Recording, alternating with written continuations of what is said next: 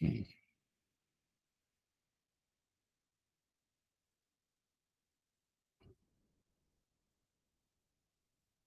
आशा है सब लोग देख पा रहे होंगे। यस प्रभु जी। और जैसा कि कल हमने किया था कि क्योंकि आपका रिस्पांस आने में एक लैग आता है, एक टाइम गैप आता है, इसीलिए मैं ही रिपीट कर लूंगा। आप अपना अपना गा सकते हैं साथ में।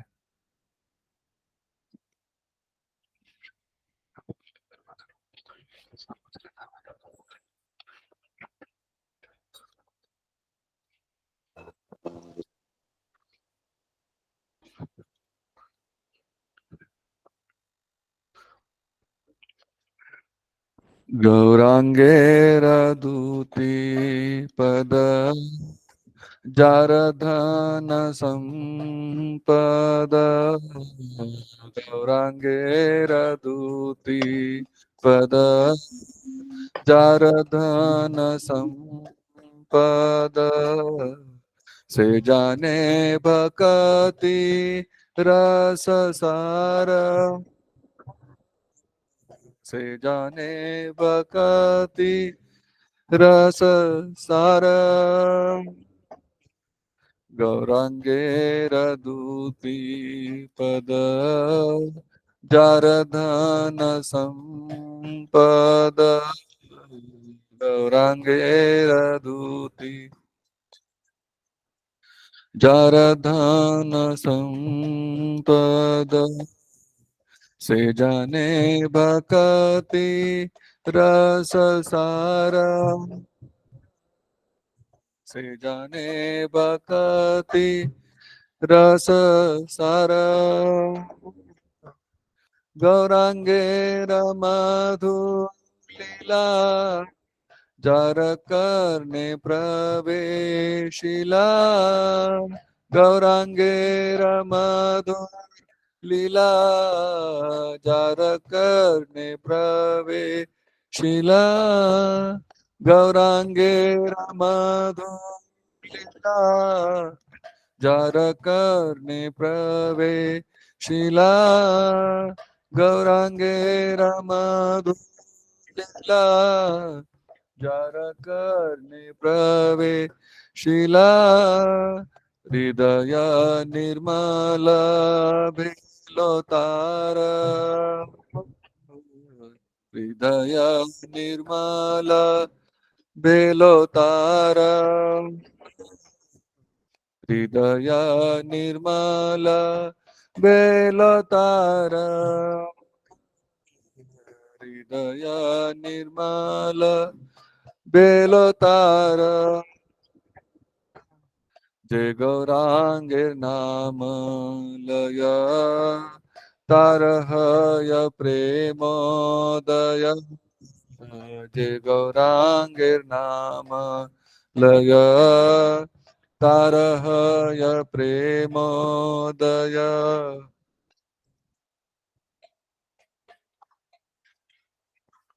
जय गौरांगेर नाम लय तारहय प्रेमोदय जय गौरांगेर नाम लय तारहय प्रेमोदय तारे मुई जाई बलिहारी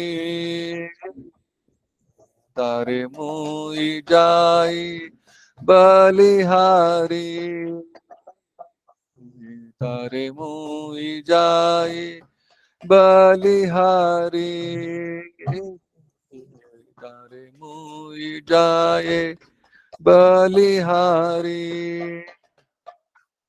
गौरांगा गुनेते नित्य लीला तारे स्फुरे गौरांगे गुनेते झुरे नित्य लीला तारे स्फुरे गौरांगे गुनेते झुरे नित्य लीला तारे स्फुरे गौरांगा गुनेते जुरे लीला तारे स्फुरे से जन भक्ति अधिकारी से जन भक्ति अधिकारी से जन भक्ति अधिकारी से जन भक्ति अधिकारी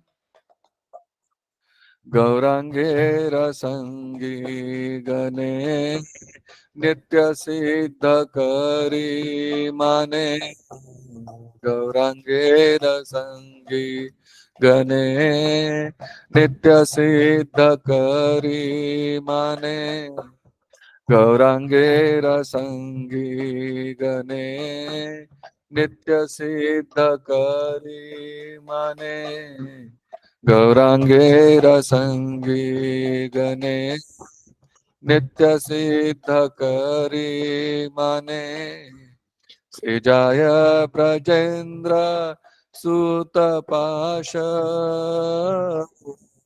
से जाय ब्रजेंद्र सुत पाश से जाय ब्रजेंद्र सुत पाश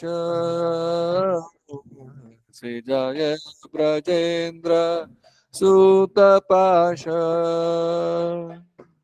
श्री गौड़ा मंडल भूमि जय बाजाने चिंतामणि श्री गौड़ा मंडल भूमि जय बाजाने चिंतामणि तारहय ब्रज भूमे वास तारहय ब्रज भूमे वास श्री गौड़ मंडल भूमि जय बाचान चिंतामणि श्री गौड़ मंडल भूमि जय बाजान चिंतामणि तारहय ब्रज भूमे वास तारहय ब्रज भूमे वास गौर प्रेम रसानवे तरंग जेबा डूबे गौर प्रेम रसानवे से तरंग जेबा डूबे श्री राधा माधव अंतरंग श्री राधा माधव अंतरंग श्री राधा माधव अंतरंग श्री राधा माधव अंतरंग गृहे वावने ते हा गौरांग बोले डाके गृहे वामने ते डाके हा गौरांग बोले डाके गृहे वावने ते डाके हा गौरांग बोले डाके गृहे वावने ते ठाके हा गौरांग बोले ठाके नरोत्तम मांगे तार संग नरोत्तम मांगे तार संग नरोत्तम मांगे तार संग नरोत्तम मांगे तार संग गौरांगेर दूती पद जारधान संपद गौरांगेर दूती पद जारधान संपद से जाने भक्ति रस सार, से जाने भक्ति रस सार, से जाने भक्ति रस सार, से जाने भक्ति रस सार। हरे कृष्ण कृष्ण कृष्ण हरे हरे, हरे राम राम राम हरे हरे।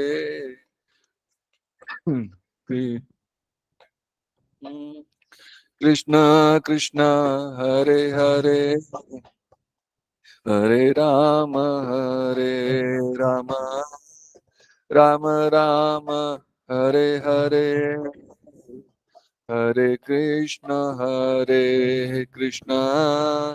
कृष्ण कृष्ण हरे हरे, हरे राम राम राम राम हरे हरे, हरे कृष्ण कृष्ण कृष्ण कृष्ण हरे हरे, हरे राम राम राम हरे हरे, हरे कृष्ण कृष्ण कृष्ण हरे हरे, हरे राम राम राम हरे हरे, हरे कृष्ण कृष्ण कृष्ण हरे हरे राम राम राम हरे हरे, हरे कृष्ण कृष्ण कृष्ण कृष्ण हरे हरे, हरे राम राम हरे हरे, हरे कृष्ण कृष्ण कृष्ण कृष्ण हरे हरे, हरे राम राम राम हरे हरे, हरे कृष्ण कृष्ण कृष्ण हरे हरे, हरे राम राम राम हरे हरे, जय राधा राधा माधव राधे, जय माधव राधा माधव राधे, जय निताय गौर सुंदर, जय निताय गौर सुंदर, निताय गौर सुंदर, जय निताय गौर सुंदर, जय निताय गौर सुंदर, जय निताय गौर सुंदर, निताय गौर सुंदर, जय निताय गौर सुंदर, जय जय प्रभुपाद प्रभुपाद जय जय प्रभुपाद, जय जय प्रभुपाद प्रभुपाद जय जय प्रभुपाद, निताय गौर हरि बोल हरि बोल, हरि बोल निताय गौर, हरि बोल निताय गौर, हरि बोल हरि बोल, हरि बोल निताय गौर, हरि बोल। जय ओम विष्णुपाद परमहंस परिव्राजकाचार्य अष्टोत्तर शत श्री श्रीमद अभय चरणारविंद भक्तिवेदांत स्वामी श्री प्रभुपाद जी की जय। इस्कॉन बीडीबीआई संस्थापकाचार्य श्री प्रभुपाद जी की जय। जय अनंत कोटि वैष्णव वृंद की जय। जय रामाचार्य श्री हरदास ठाकुर की जय। जय प्रेम से कहो श्री कृष्ण चैतन्य प्रभु नित्यानंद, श्री अद्वैत गदाधर श्रीवास आदि गौर भक्त वृंद की जय। जय श्री श्री राधा कृष्ण गोप गोपीनाथ श्याम कुंड राधा कुंड गिरि गोवर्धन की जय। जय वृंदावन मथुरा नवद्वीप मायापुर धाम की जय। द्वारिका जगन्नाथपुरी धाम की जय। जय गंगा माई यमुना माई तुलसी महारानी की जय। सामवेद भक्त वृंद की जय। श्री श्री निताय गौर सुंदर की जय, श्री श्री राधा माधव गौर निताय की जय। जय। All glories to assembled deities. Hare Hare Krishna. Krishna. All glories to assembled devotees. Hare Hare Krishna. Krishna. All glories to the assembled devotees. Hare Hare Krishna. Krishna. All glories to all glories to all glories to Sri Guru and Gaurang, Sri Hare Prabhupada की गौर। जय। इसका एक बार अनुवाद पढ़ते हैं, ये जो भजन हमने गाया इसका। जिस किसी ने भी श्री चैतन्य महाप्रभु के चरण कमलों को अपनी एकमात्र संपत्ति के रूप में स्वीकार किया है, वह भक्ति के सच्चे सार को जानता है। यदि कोई श्री चैतन्य महाप्रभु की मधुर लीलाओं को ध्यान पूर्वक सुनता है, तो तुरंत उसका हृदय समस्त भौतिक कल्मशों से मुक्त हो जाएगा। केवल श्री चैतन्य महाप्रभु के नाम का उच्चारण करने से व्यक्ति भगवत प्रेम विकसित कर लेता है। ऐसे भक्त को मैं बलिहारी जानता हूँ। यदि कोई श्री चैतन्य महाप्रभु के दिव्य गुणों को सुनने मात्र से भाव विभोर होकर क्रंदन करता है, तो वह तुरंत राधा कृष्ण की दिव्य प्रेम लीलाओं को समझ सकता है। जो कोई यह समझ जाता है कि श्री चैतन्य महाप्रभु के पार्षद नित्य मुक्त रहते हैं, वह व्यक्ति अगले जन्म में श्री ब्रजभूमि में जन्म लेता है। यदि कोई समझ जाता है कि गौरमंडल मतलब नवद्वीप धाम और वृंदावन में कोई भेद नहीं है, तो वास्तव में वह वृंदावन में ही रहता है। जो कोई श्री चैतन्य महाप्रभु द्वारा वितरित किए जा रहे भगवत प्रेम रूपी समुद्र की लहरों में गोते लगाता हुआ आनंद लेते हैं, वह तुरंत श्री श्री राधा माधव का अंतरंग सेवक बन जाता है। इससे अंतर नहीं पड़ता है कि वह भक्त गृहस्थ है या वानप्रस्थ। यदि कोई वास्तव में श्री गौरांग महाप्रभु के संकीर्तन आंदोलन में भाग लेता है, निरंतर उनके नामों का कीर्तन करता है, नरोत्तम दास ठाकुर ऐसे भक्त के संग की कामना करता है। श्री नरोत्तम दास ठाकुर की जय। श्रील प्रभुपाद जी की जय। ओम अज्ञानतिमिरन्धस्य ज्ञानाञ्जनशलाकया चक्षुरुन्मिलितं येन तस्मै श्रीगुरुवे नमः।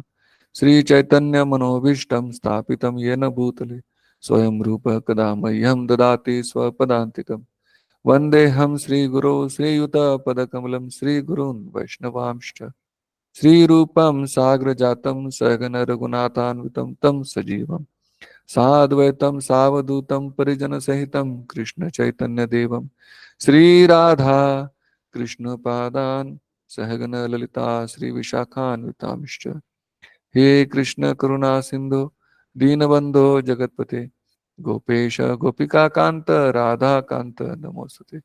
तप्त कांचन गौरांगी श्री राधे वृंदावनेश्वरी वृषभानुसुते देवी प्रणमामि हरिप्रिये।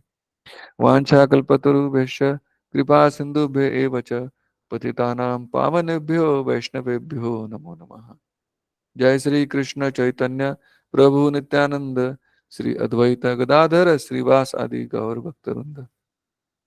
हरे कृष्ण कृष्ण कृष्ण हरे हरे, हरे राम राम राम हरे हरे। नमो विष्णुपादाय कृष्णप्रेष्ठाय भूतले श्रीमते भक्तिवेदांत स्वामिन इति नामिने। नमस्ते सारस्वती देवे गौरवाणी प्रचारिणे निर्विशेष शून्यवादी पाश्चात्य देश तारिणे।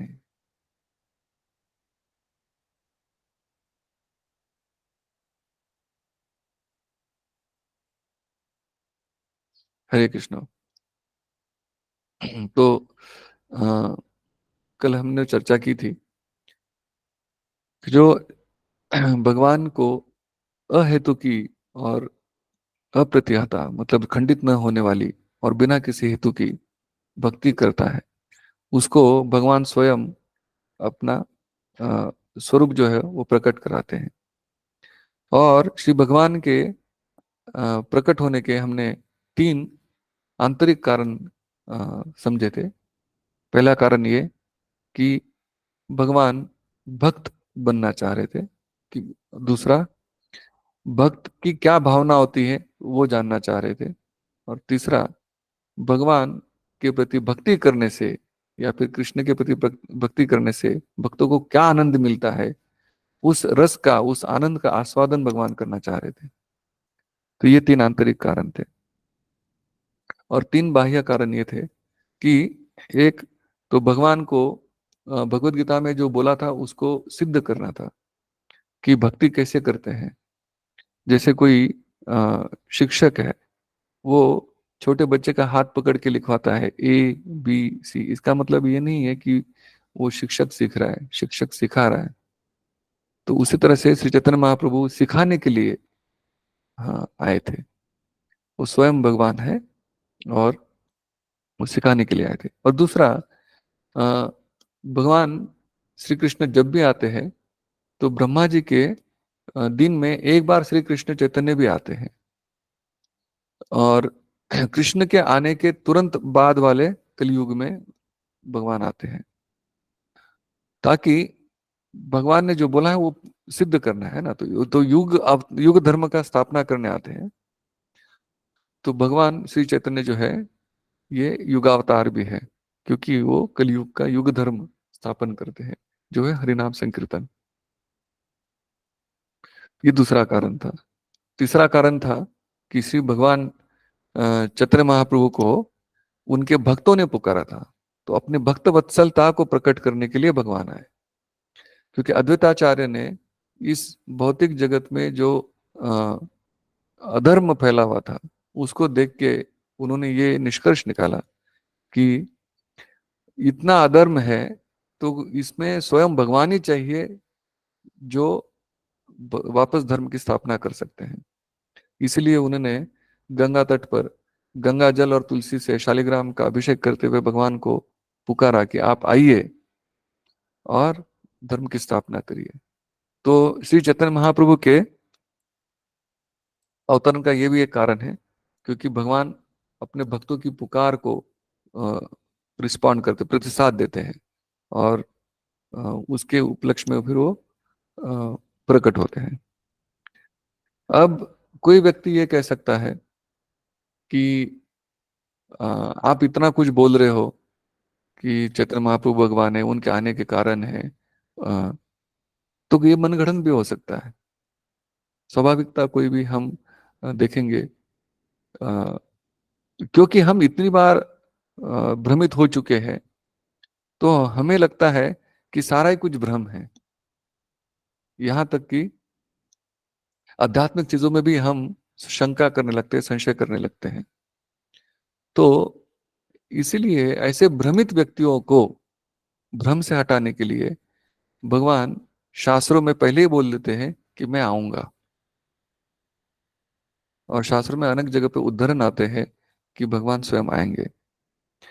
परंतु दो चीजें इसमें समझने की है कि अ, एक बार श्री प्रभुपाद अपने शिष्यों के साथ बैठे थे, और प्रभुपाद ने पूछा कि हु इज चैतन्य महाप्रभु, चैतन्य महाप्रभु कौन है।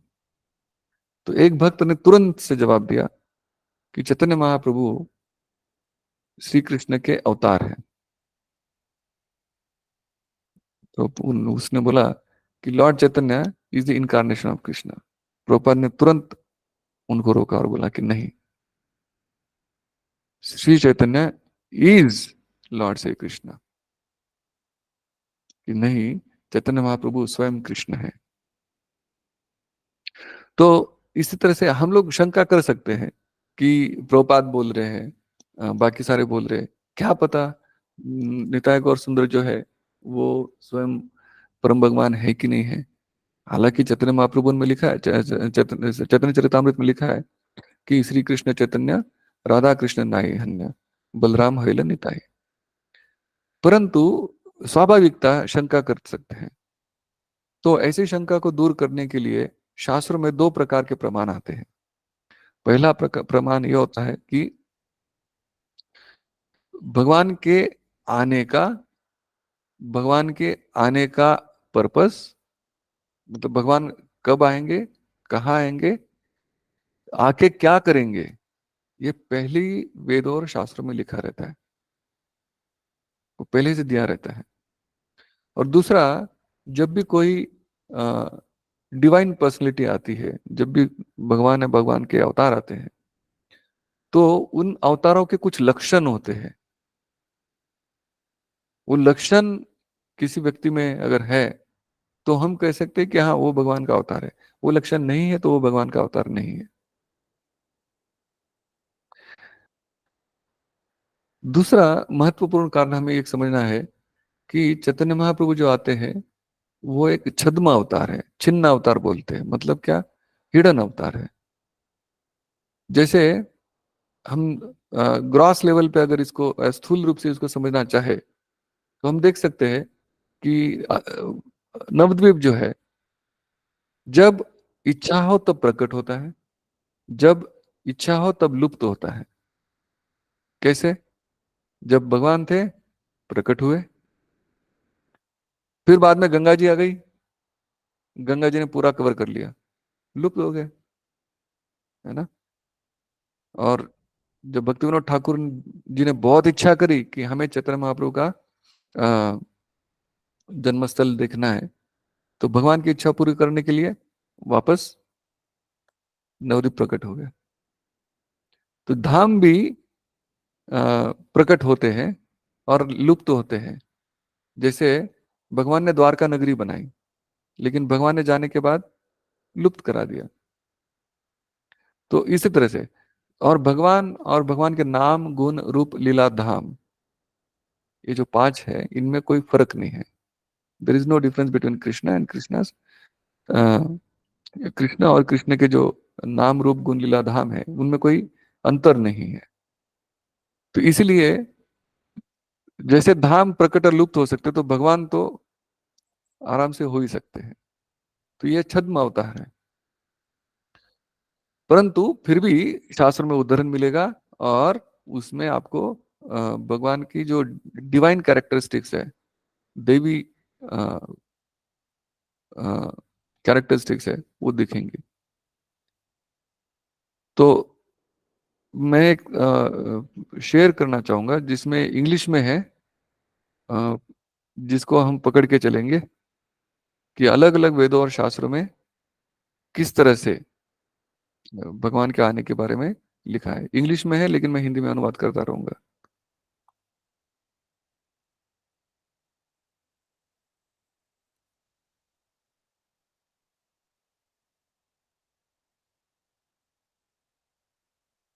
ये केवल सुविधा के लिए हम इंग्लिश में रखे हैं, लेकिन हम चर्चा हिंदी में ही करेंगे, कोई दिक्कत नहीं आएगी।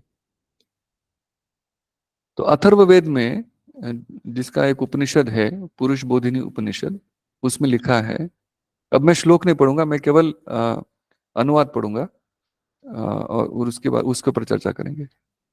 उसमें लिखा है कि सातवें मनवंतर में परम भगवान श्री कृष्ण जो है अपने सारे पार्षदों के साथ एक स्वर्ण अवतार में प्रकट होंगे, और प्रकट होकर वे अपने ही दिव्य नामों का कीर्तन प्रचार करेंगे। अब इसको देख के हमें समझ में आना चाहिए, इसको मतलब ये जो श्लोक है इससे हमें ये समझ में आता है कि श्री चैतन्य महाप्रभु है, वो ब्रह्मा जी के दिन में केवल एक बार आते हैं, बार बार नहीं आते। फिर आप बोल सकते हैं तो बाकी कलयुगों में क्या होता होगा, युग अवतार कौन है? तो उसके बारे में शास्त्रों में लिखा है कि बाकी जो अ, युग होते हैं, जिस कलयुग, बाकी जो कलयुग होते हैं, ब्रह्मा जी के एक दिन में कितने कलयुग आएंगे? 1000। क्योंकि कलयुग 4,32,000 साल, उसके बाद में उसका दुगना जो है द्वापर युग 8,64,000, फिर अ, त्रेतायुग, और फिर सतयुग। सतयुग कितना? 17,28,000। तो इस तरह से एक चतुर्युग बनता है। ब्रह्मा जी के एक दिन में ऐसे 1,000 दिव्य युग होते हैं, और 1,000 दिव्य युगों में 14 मनु आते हैं, उसमें 14 मनु आते हैं, है ना। तो और हर एक मनु का अपना अपना एक टाइम फिक्स रहता है। कभी उसके बारे में कभी चर्चा करेंगे, ये जो कैलकुलेशन है उसके बारे में।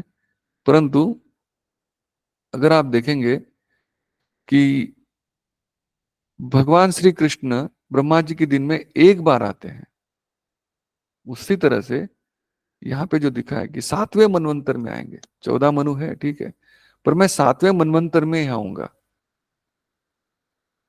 7वें मनवंतर में श्री भगवान आएंगे। तो इसका मतलब क्या है कि केवल एक बार ब्रह्मा जी के दिन में भगवान आएंगे चैतन्य महाप्रभु बन के। बाकी वक्त कौन आते हैं? बाकी 9,999 कलयुग जो है उनमें वो गौर नारायण बन के आते हैं, वो गौर नारायण बन के आते हैं। वहां पे भी वही हरे कृष्ण महामंत्र का प्रचार करेंगे, परंतु वो स्वयं भगवान नहीं होंगे, भगवान का अवतार होगा। ये फर्क है, ठीक है। और जैसा कि मैंने बताया भगवान आएंगे और क्या कार्य करेंगे वो भी लिखा है। कार्य क्या है कि अपने ही नामों का स्व मनु शिखायंती, मतलब कि अपने नामों का उच्चारण ही सिखाएंगे।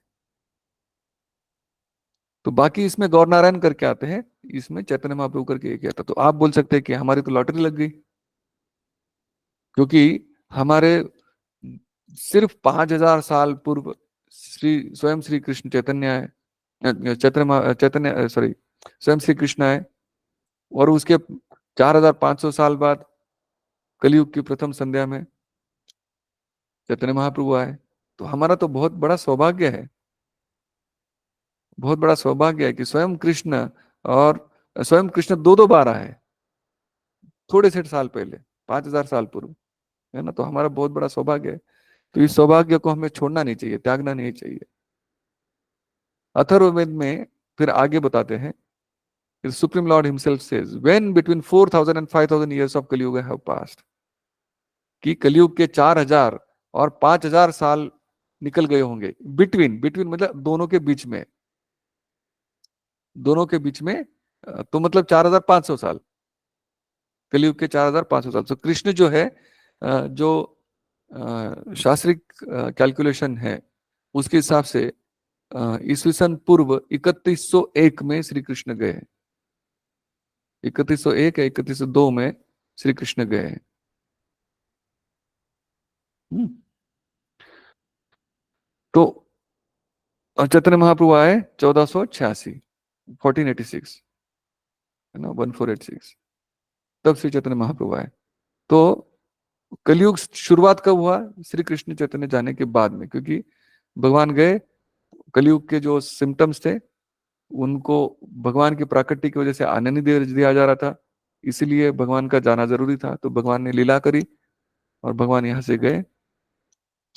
भगवान जाने के बाद में तुरंत पांडवों को पता चला, युधिष्ठिर महाराज ने देखा कि अलग अलग जो बैड वोमेन बोलते हैं, या अ, जो सिम्टम्स होते हैं वो दिखने लगे उनको, अ, कुत्ते का रोना और ऐसे बहुत सारी चीजें थी। तो उसके बाद उन्होंने तुरंत ही, उनको समझ में आया कि भगवान चले गए, तो उन्होंने अपना तुरंत त्याग किया राज्य वगैरह, और चले गए भगवत धाम जाने के लिए हिमालय की ओर। वो तुरंत चले गए महाराज परीक्षित को राजा बनाकर। महाराज परीक्षित शुद्ध भक्त थे, और उनकी शुद्धता के कारण कलयुग प्रवेश नहीं कर पा रहा था, फिर प्रवेश नहीं कर पा रहा था। तो उसने फिर उन्हीं से प्रार्थना की कि आप मुझे आने के लिए कुछ तो जगह दीजिए, आप मुझे आने के लिए कुछ तो जगह दीजिए। तो उन्होंने 4 चीजें मांगी थी कि मुझे ये 4 जगहों पे रहना है, जुआ खाना, वेश्या खाना, और कत्ल खाना, है ना, और अ, उनसे ऐसे 4 जगह उन्होंने, और जहाँ पे नशा होता है, ऐसे 4 जगह पे मांगे थे उन्होंने। तो परीक्षित महाराज बोले कि ये चारों जगह तो मेरे राज्य में है नहीं। तो कलयुग ने फिर उनसे निवेदन किया कि अब मैं क्या करूं फिर इसमें। तो बोलता है ठीक है, ऐसा करिए आप मुझे अ, अर्थ में, अर्थ मतलब पैसा, अर्थ मतलब सोना, उस वक्त पैसा मतलब सोना होता था, आजकल हमारी करेंसी नोट चलती है, उस वक्त सोना होता था। तो मुझे उसमें जगह दीजिए। तो परीक्षित महाराज ने उनको जगह दी। तो उनका मुकुट सोने का था, तो कलयुग उनके सर पे बैठे, और उन्होंने जो श्रृंगी है उनके ऋषि के उन ऋषि के प्रति अपराध करवाया। हालांकि परीक्षित महाराज में इतनी शक्ति थी कि उस अपराध को वो निरस्त कर सकते थे, परंतु वो समझ गए कि अब समय है कलयुग का, है ना, और मेरी वजह से कलयुग नहीं आ पा रहा है। तो उन्होंने तुरंत उस श्राप को स्वीकार किया, 7 दिन में भागवतम सुना और भगवतम वापस चले गए, और फिर कलयुग की शुरुआत हुई। तो उसके अब 3102 मान लीजिए, 3200, 3000 साल मान लीजिए, है ना, क्योंकि 100 साल और कम हो गए मान लीजिए, क्योंकि 36 वर्ष इन्होंने राज्य किया, युधिष्ठिर महाराज ने 36 वर्ष राज्य किया, 36 ईयर्स। तो अ, मान लीजिए ईस्वी सन पूर्व 3000 साल के आसपास, तो 1486 मतलब 1486, तो 3000 + 1486, मतलब एग्जैक्ट करीब करीब 1500 हो रहा है, 4500 हो रहा है। इसलिए यहाँ पे लिखा है कि when between 4000 and 5000 years of कलयुग है पास, कि 4000 और 5 साल के बीच में मैं आऊंगा, तो बराबर बीच में भगवान आए हैं चैतन्य महाप्रभु। और मैं क्या करूंगा, कहाँ आऊंगा, गंगा के तट पे आऊंगा। मैं कैसा रहूंगा, एक ऊंचा, है ना, टॉल। जब 4000 और 5000 वर्ष बीत जाएंगे, तब मैं पृथ्वी पर गंगा के किनारे, मनीष प्रभु बहुत बहुत धन्यवाद, आपने ट्रांसलेशन लिख के दिया यहाँ। गंगा के किनारे एक स्थान पर अवतरित होऊंगा। मैं एक लंबा ब्राह्मण होऊंगा, भगवान के भक्त और सोने का रंग का होऊंगा। मैं त्यागी और सभी इच्छाओं से मुक्त होऊंगा। मैं सन्यास का आदेश स्वीकार करूंगा। मैं भक्ति योग में आगे बढ़ा हुआ भक्त होऊंगा। मैं भगवान के पवित्र नामों का जप करूंगा, और मैं अपनी भक्ति सेवा की मिठास का आनंद मनाऊंगा। सिर्फ महान भक्त ही मुझे समझेंगे। अब यहाँ पे जो मैं बता रहा था कि भगवान जो है, उनका अवतार छन्न अवतार है ना, छुपा हुआ अवतार है। तो यहाँ पे भगवान क्या बोल रहे हैं कि केवल महान भक्त ही मुझे समझ सकते हैं, कोई भी नहीं समझेगा। और उनका पूर्ण विस्तृत रूप से अ, वर्णन किया गया है। चैतन्य महाप्रभु लंबे थे, 7 फुट लंबे थे भगवान चैतन्य महाप्रभु, 7 फुट, है ना। और ब्राह्मण के घर में जन्म लिए थे। अब कोई व्यक्ति फिर यहाँ पे, अब देखिए, जिसको प्रश्न करना है, जिसको शंका करनी है, वो किसी तरह से भी प्रश्न करेगा और शंका करेगा, है ना। तो कोई व्यक्ति बोल सकता है, ब्राह्मण के घर में क्यों आते हैं, वामन देव भी ब्राह्मण के घर में आए, है ना। तो जब भी देखो तो भगवान आते हैं, और वामन के रूप में ही क्यों आते हैं, सॉरी, ब्राह्मण के घर में ही क्यों आते हैं। तो ऐसा कुछ नहीं है। भगवान वराह रूप में क्या बन के आए थे, एक सुअर, शुकर, है ना, वो तो अ, कहाँ कीचड़ में पड़ा रहता है। तो ऐसा नहीं है, हर चीज में शंका नहीं करनी चाहिए। एक बार मैं रुक्मिणी कृष्ण प्रभु की एक क्लास सुन रहा था, उसमें वो बता रहे थे कि वो कुंभ मेला में गए थे, और कुंभ मेला में उन्होंने बहुत सारे कृष्ण के अवतार देखे। मतलब देखे का मतलब ये है कि बहुत सारे लोग वहां पे क्लेम कर रहे थे कि मैं ही कृष्ण हूँ।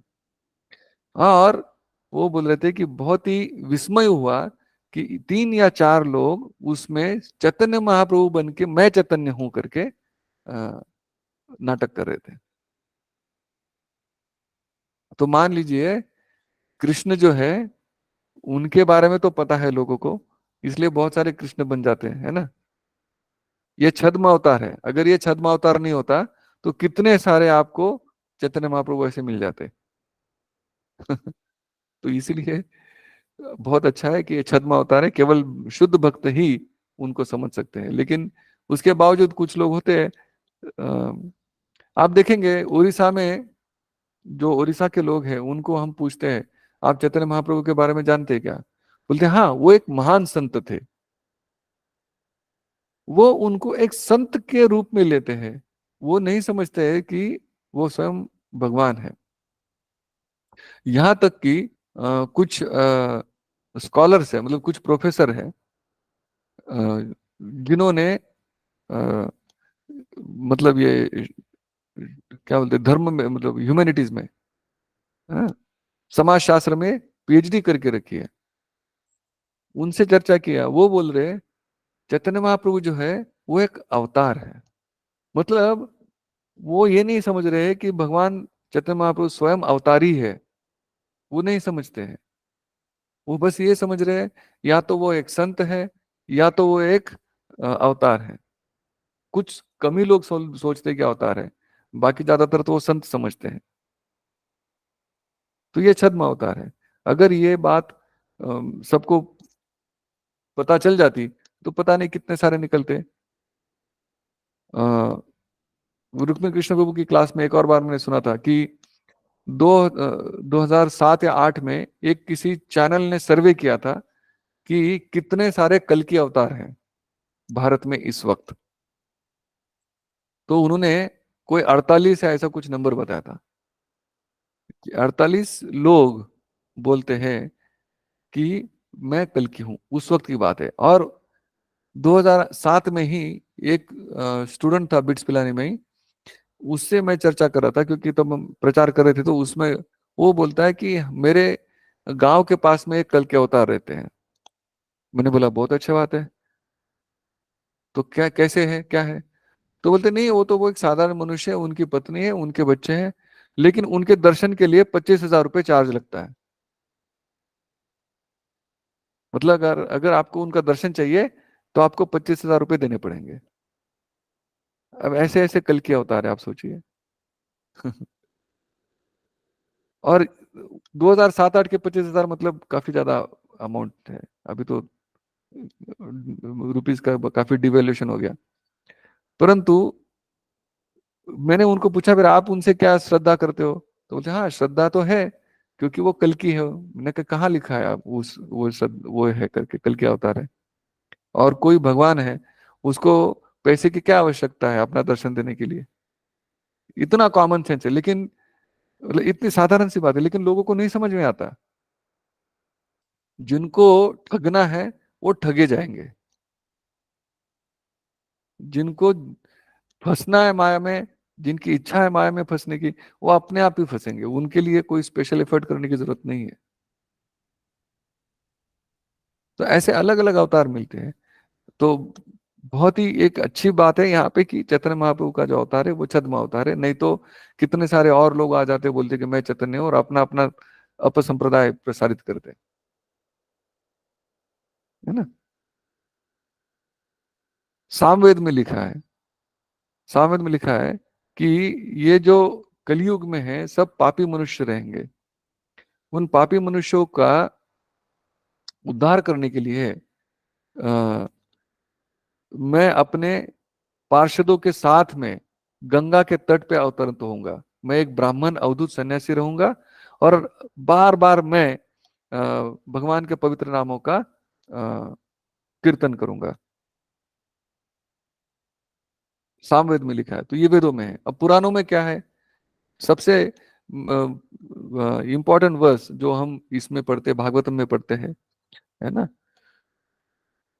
भागवतम के 11वें स्कंद में आता है, कृष्ण वर्णम त्विषा कृष्णम सांगोपांगासुर पार्षदम यज्ञ संकीर्तन प्रायर यजंती ही सुमेधशा। कि कलयुग में जो है मैं जो कृष्ण है अपना वर्ण त्याग करके आऊंगा। त्विषा कृष्णम, वो ब्लैकिश काला नहीं रहूंगा, कृष्ण नहीं रहूंगा, है ना। पर मैं कृष्ण स्वयं हूं। और मैं जब अवतरित होऊंगा कैसे आऊंगा? सांगो पांगासुर पार्षदम, मेरे सारे अस्त्र शस्त्र पार्षद सबको लेके साथ में आऊंगा। फिर क्या कार्य करेंगे? यज्ञ संकीर्तन प्रायर, मैं क्या करूंगा? कॉन्स्टेंटली, हमेशा, है ना, प्रायर हमेशा क्या करेंगे? संकीर्तन करूंगा, संकीर्तन यज्ञ करेंगे। और जो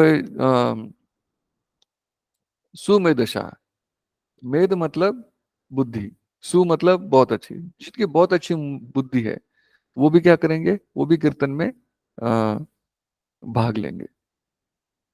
तो ये वर्ष तो हमें बहुत बार हमें सुनाई दी है ना। बहुत बार ये श्लोक सुनाई दिया गया है भक्तों के द्वारा कि ये श्लोक जो है वो भागवतम में श्री कृष्ण चैतन्य महाप्रभु के आने का और अवतरण का अ, एक प्रमाण है।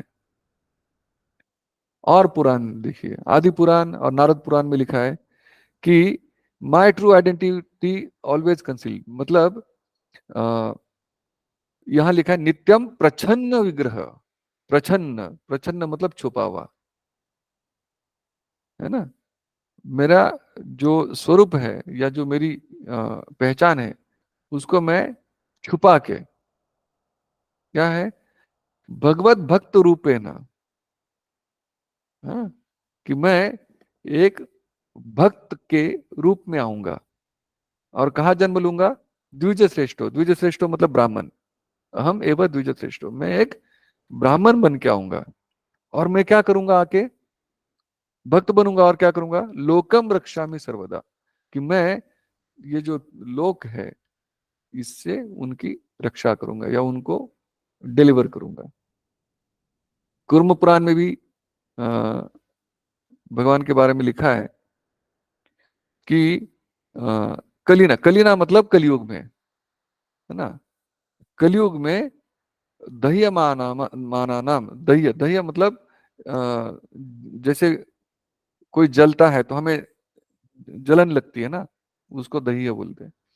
कि कलयुग के ताप से, हाँ, जो परेशान व्यक्ति है, उद्धराय तनुभृतम, ऐसे जो कलयुग में के ताप में जो जल रहे जो लोग हैं, उनका उद्धार करने के लिए जन्म प्रथम संध्यायाम, कि कलयुग की प्रथम संध्या, जैसे मैंने अब थोड़ी देर पहले बोला था प्रथम संध्या, हाँ, जन्म प्रथम संध्यायाम भविष्यन्ति द्विजलये, कि मैं, द्वि मतलब जो द्विजलय मतलब जिसका दो बार जन्म हुआ है, ब्राह्मण, है ना, कि मैं ब्राह्मण के घर में भविष्य में जन्म लूंगा। ये कुरमुख पुराण में लिखा है।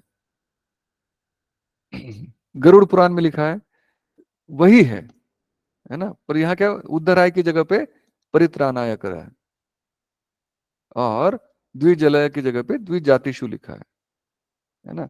कलिनाम दह्य माना नाम परित्राणाय तनुभृताम जन्म प्रथम संध्यायाम करिष्यामि द्विजातिषु, द्विजातिषु, द्विजाति मतलब ब्राह्मण।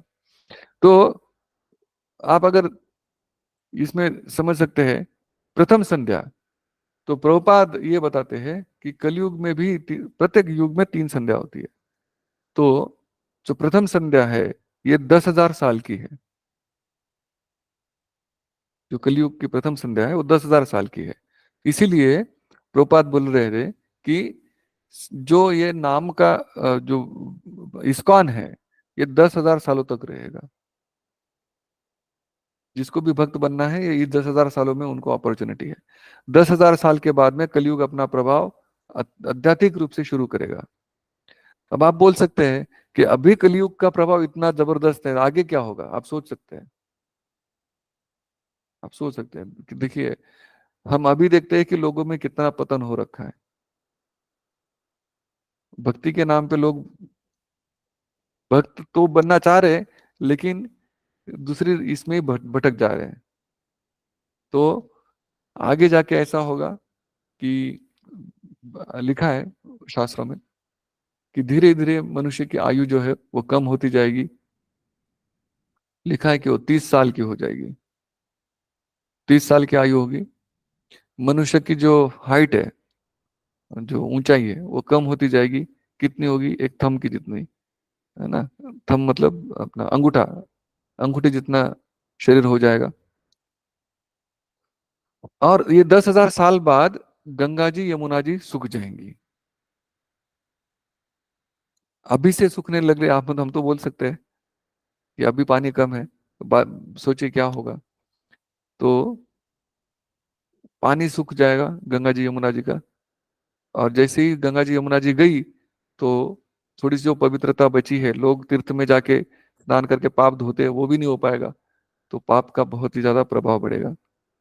इतना बढ़ेगा कि पानी नहीं रहेगा, तो फिर आप कल्टीवेशन नहीं कर पाओगे। आपका मतलब खेती नहीं होगी। खेती नहीं हुआ तो खाएंगे क्या।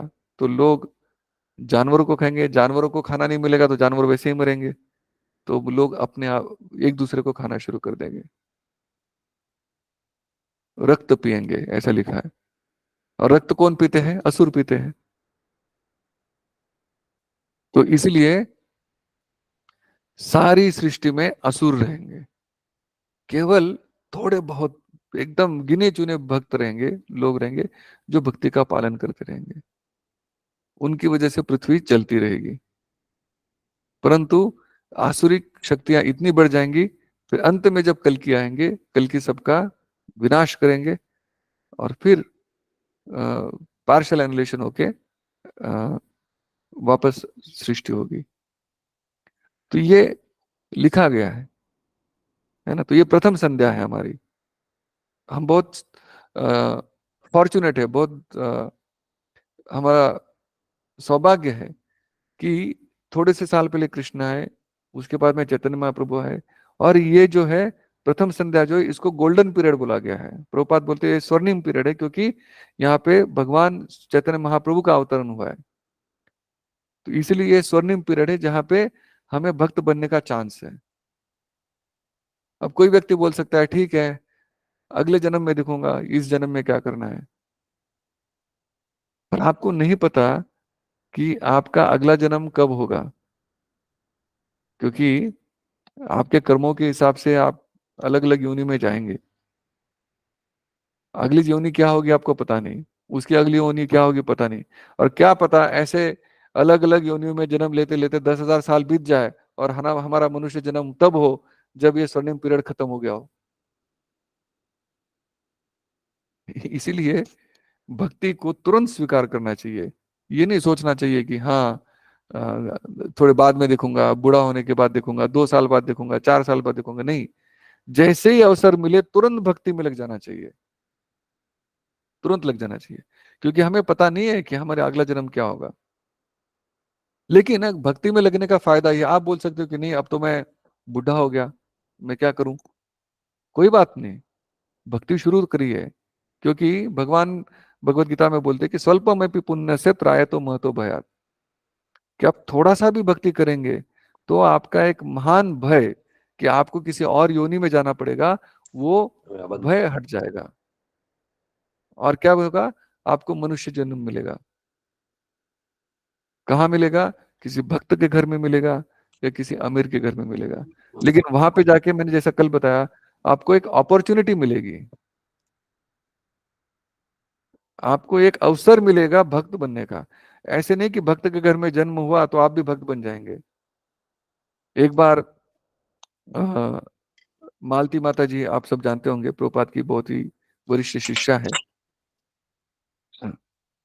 उनको ये प्रश्न पूछा गया था, क्योंकि जैसे हम देखते हैं प्रभुपाद जी जो है, उनके वीडियोस में हम देखते हैं कि एक छोटी सी बच्ची है जो प्रभुपाद के साथ खेल रही है ना।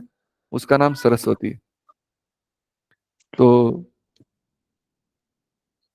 मालती माता जी को पूछा गया था प्रश्न, जो प्रभुपाद डिसर्पेंस डे का प्रोग्राम था वहां पे वृंदावन में, बहुत सारे भक्त थे।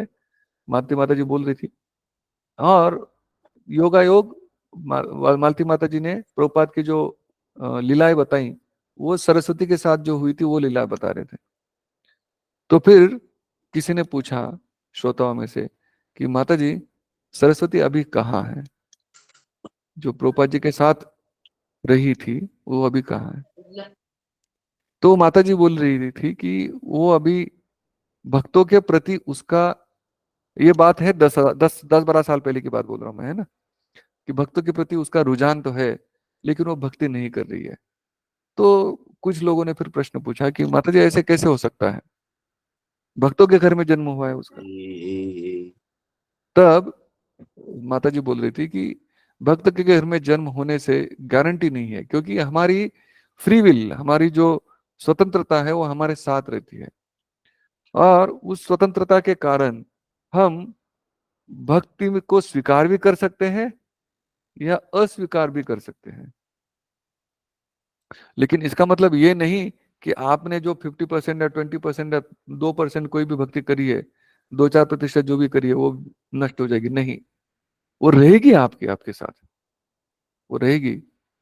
और वो रहने के बाद आपको कभी ना कभी तो अवसर मिलेगा आप इस जन्म में ना स्वीकार करो तो अगले जन्म में तो मिलेगा ही मिलेगा।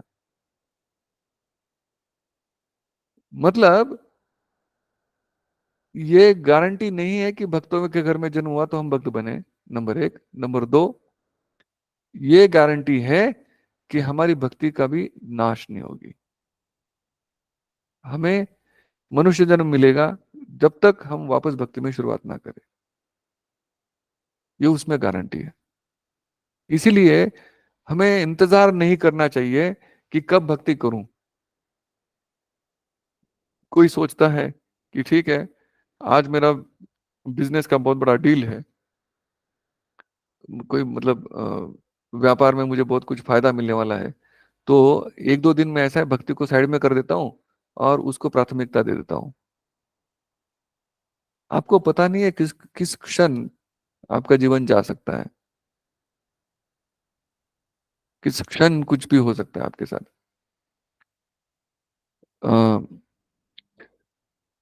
बहुत सारे उदाहरण हैं। हम लोग कभी कभी व्हाट्सएप पे मैसेज भी आता है कि कोई व्यक्ति हो चल रहा है, चलते चलते गिर गया। शादी में है, शादी में नाच रहा था, नाचते नाचते गिर गया। गिर गया मतलब मृत्यु हो गई। गाड़ी चला रहा है, गाड़ी चलाते चलाते हार्ट अटैक आके मर गया। बहुत कुछ हो सकता है। जीवन का कोई अ, शाश्वतता नहीं है। तो इसलिए जैसे ही भक्ति का हमें भक्तों का संग मिले, भक्ति की अपॉर्चुनिटी मिले, तुरंत उसको ऐसे पकड़ लेना चाहिए जैसे कि हमारी जान उस पर लटकी पड़ी है। कुछ दिन पहले प्रभुपाद जी का एक कोटेशन था। प्रभुपाद ने वो लिखा था, प्रभुपाद बोल रहे थे कि अभी इस वक्त 7:35 हुए हैं। जैसे ये 7:36 हो गया, आपका 7:35 गया, है ना। तो आप कितना भी पैसा दे दो, कितना भी उसमें कोशिश कर लो, वो जो समय गया वो कभी वापस नहीं आएगा। उसी तरह से हम अगर अभी भक्ति को स्वीकार ना करें, हम आ, सोचे कि हाँ एक दिन बाद, 2 दिन बाद, 1 साल बाद, 5 साल बाद, हम ऐसे उसको आगे धकेलते रहे, तो पता नहीं हमारा कब अंत समय आए। और उस वक्त हम अगर शोक भी करे कि अरे मैंने तो ये समय व्यर्थ गवा दिया,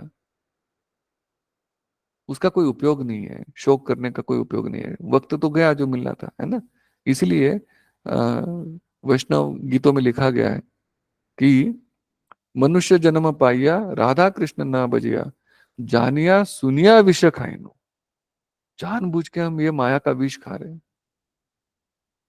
जीव जागो गौरा चांद बोले, कत निद्रा जाओ माया पिशाचिर कोले।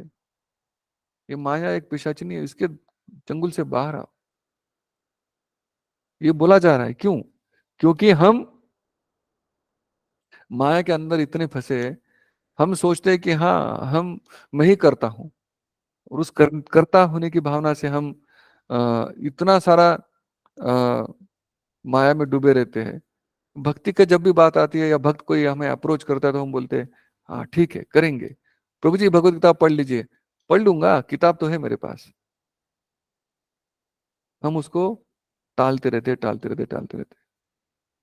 खैर बहुत चर्चा लंबी हो जाएगी। मैं, और बहुत सारे हैं श्लोक है, आपको मैं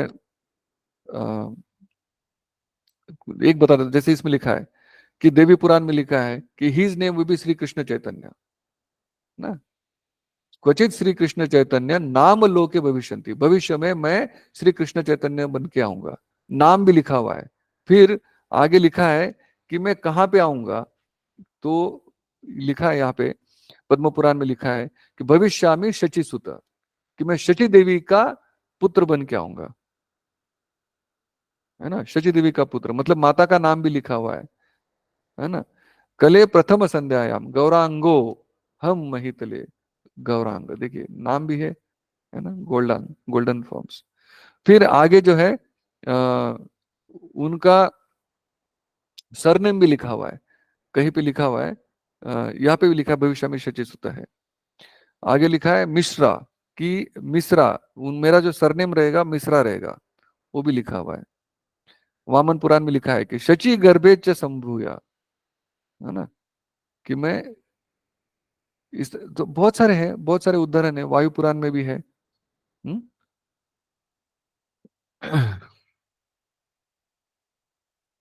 अच्छा, ये वायु पुराण में देखिए क्या लिखा है, शची गर्भे पुरंदरात।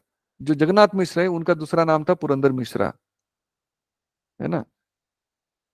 पुरंदर मिश्रा उनका नाम लिखा, तो पुरंदर, माँ माँ का नाम, पिता का नाम, कहाँ प्रकट होऊंगा, प्रकट होके मैं क्या करूंगा, ये सब कुछ दिया हुआ है। इसलिए शास्त्रों में जो भी कोई अवतार होते हैं या जो भी भगवान आते हैं, भगवान के आने के बारे में, भगवान का कार्य, सारा कुछ लिखा रहता है। अब मैं केवल 4-5 मिनट लूंगा, क्योंकि 8:05 हो गए, 5 मिनट लूंगा। कुछ सिम्टम्स होते हैं, कुछ लक्षण होते हैं भगवान जब आते हैं, या भगवान के जो अ, अवतार आते हैं। पहला एक, कि जब भी भगवान के अवतार आते हैं तो वो कभी बूढ़े नहीं होते, वो कभी बूढ़े नहीं होते। आप कभी देखेंगे नहीं कि भगवान के जितने भी अवतार है या चैतन्य महाप्रभु है, उनका आ, मतलब ऐसे उनके चेहरे पे झुर्रियां आ गई हो, उनके बाल सफेद हो गए होंगे, है ना, आंखों से दिखना बंद हो गया होगा, मोतियाबिंद हो गया होगा। ऐसा कहीं नहीं है। आप देखना चैतन्य महाप्रभु का जब भी पिक्चर होगा, एकदम सॉफ्ट, राइट, नवयौवन वैसा रहता है। दूसरा, भगवान जब भी आते हैं, या दिव्य लक्षण दूसरा ये है कि उनके हाथों पे और पैरों पे दिव्य चिन्ह होते हैं। तो चैतन्य महाप्रभु के भी दोनों पैरों पे 19 लक्षण है, जिसमें चक्र है, शंख है, पताका है, ऐसे ये होते। हमें नहीं पता चलेगा, हमको नहीं, हमारे चरणों पे, हाथों पे कुछ नहीं है। एक बार मैं किसी भक्त का कथा सुन रहा था, वो बता रहे थे कि दिल्ली मंदिर में एक बंदा आया, बोलता है कि मैं कृष्ण हूँ। तो भक्त ने पूछा, आप कृष्ण कैसे हो सकते हो, भगवान के पास तो चक्र है। तो उसने क्या किया, चक्र अभी बना देता हूँ, उन्होंने पेन लिया अपने, और हाथ पे ऐसे चक्र बना लिया, ऐसे गोल बना के, देखो अब तो मेरे हाथ में चक्र भी आ गया, तो मैं ही भगवान हूँ। तो भक्त ने उसको बोला, ठीक है, मैं आपको एक जोर की थप्पड़ मारता हूँ, आप इस चक्र से मेरा गला काट दीजिए, तब आप भगवान हो। तो भक्त इतने चतुर होते हैं। ऐसे कुछ भी लोग आ जाते हैं, तो ऐसे नहीं होते, उनके लक्षण जो है वो दिए रहते हैं। हम्म। तीसरा, जब भी वो आते हैं वो ऐसे कार्य करते हैं जो साधारण मनुष्य के द्वारा नहीं ये करा जा सकता, साधारण मनुष्य की तरह साधारण मनुष्य कर भी नहीं सकता। तो दिव्य कला आप करते हैं। चैतन्य महाप्रभु ने क्या किया कि पूरे पृथ्वी पे हरि नाम का प्रचार कर दिया। चैतन्य महाप्रभु ने महाप्रकाश लीला करी। चैतन्य महाप्रभु ने भक्तों को, अलग अलग वक्त पे भक्तों को, जैसे सार्वभौम भट्टाचार्य को अपना षडभुज अवतार दिखाया, रामानंद राय को राधा कृष्ण अवतार दिखाया, अपना अवतार नहीं, अपना स्वरूप दिखाया। तो भगवान ऐसे ये करते हैं। चौथा, भगवान के जो शारीरिक अंग होते हैं वो, उनमें कुछ अलग होता है। ये जैसे प्रभु जी शेयर कर रहे हैं, चैतन्य महाप्रभु के चरणों का चिन्ह देखिए, अलग अलग चिन्ह है इस पे।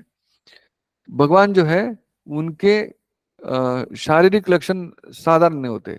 जैसे चैतन्य महाप्रभु को बोला गया अजानु बाहु। अजानु बाहु मतलब जिनके हाथ जो है वो घुटने तक आ जाते हैं, उनके हाथ और पैर, पैर लंबे होते हैं, हाथ भी लंबे होते हैं, घुटने तक आते हैं, राइट। तो बहुत स्वर्ण कांति है उनकी। हाँ? उनकी आंखें जो है वो कमल की तरह, मतलब उनके आंखों का पटल जो है वो कानों तक जाता है। हमारी आंखें छोटी छोटी होती है, उनकी बहुत बड़ी होती है। उनका जो ये फोrehead होता है, माथा होता है, वो उज्जवल होता है, मतलब बड़ा होता है। जैसे आप प्रभुपाद जी का देखेंगे, है ना, प्रभुपाद जी का माथा बहुत ही बड़ा है। फिर उनका जो गला होता है वो एक शंख के रूप में होता है, हमारी तरह नहीं होता। हम्म? ये जो पिक्चर दिखा रहे प्रभु जी, ये षडभुज रूप है, ये सार्वभौम भट्टाचार्य को दिखाया था चैतन्य चैतन्य महाप्रभु ने, जिसमें सार्वभौम भट्टाचार्य ने इच्छा करी थी कि मुझे आप बताइए कि आप कैसे परम पुरुष हैं।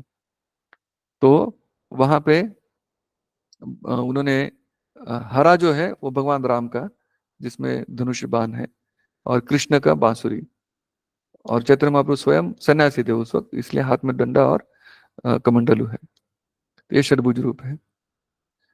उससे मुझे याद आया, एक बार शिव जी जो है वो बहुत ही अ, उल्लासित होके नाच रहे थे और रो रहे थे। तो पार्वती जी वहां पे गई और बोलते कि स्वामी जी आप क्या कर रहे हो? तो बोले बस मुझे भगवान का स्वरूप दिखा है, मैं जिसकी वजह से बहुत नाच रहा हूँ। तो बोले आपने क्या किया? तो बोले मैं भगवान का नाम भी ले रहा हूँ। तो बोले क्या नाम ले रहे हो? बोले आप छोड़ो, आप कृष्ण का नाम लो। जब पार्वती जी ने कृष्ण का नाम लिया तो उनको खुशी तो हुई, लेकिन उनके आंखों से अश्रु नहीं आए, और उनमें उनके बाल अपने रोए खड़े नहीं हुए। तो बोले कि स्वामी आप मुझसे कुछ छुपा रहे हो। बोले हाँ मैं छुपा रहा हूँ, क्योंकि वो छद्म अवतार है। तो क्या छद्म अवतार है? तो बोले कि उनका नाम है गौरांग। तो जैसे ही पार्वती जी ने गौरांग गौरांग बोला, तुरंत पार्वती जी की भी आंखों से आंसू आने लगे, क्योंकि भगवान प्रेमावतार है। नमो महावदन्याय कृष्ण प्रेम प्रदायते कृष्णाय कृष्ण चैतन्य नामने गौरव नमः। इतने महावदन्य भगवान जो है, कृष्ण जो है, वो क्या बोलते हैं, सर्वधर्मान परित्यज्य माम एकम शरणम व्रज।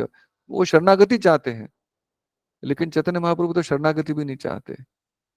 वो केवल और केवल आपको भक्ति प्रदान करते हैं। चैतन्य चरितामृत में लिखा है कि आनंद लीलामय विग्रहाय हेमाब दिव्या छवि सुंदराय तस्मै महाप्रेम रस प्रदाय चैतन्य चंद्राय नमो नमस्ते। महाप्रेम रस प्रदाय, देखिए वो हाईएस्ट लव ऑफ गॉडेड, हाँ प्रेम रस, भगवान का प्रेम रस ऐसे ही देने आए, इसलिए नमो महावदान्याय, है ना, कृष्ण प्रेम प्रदाय थे।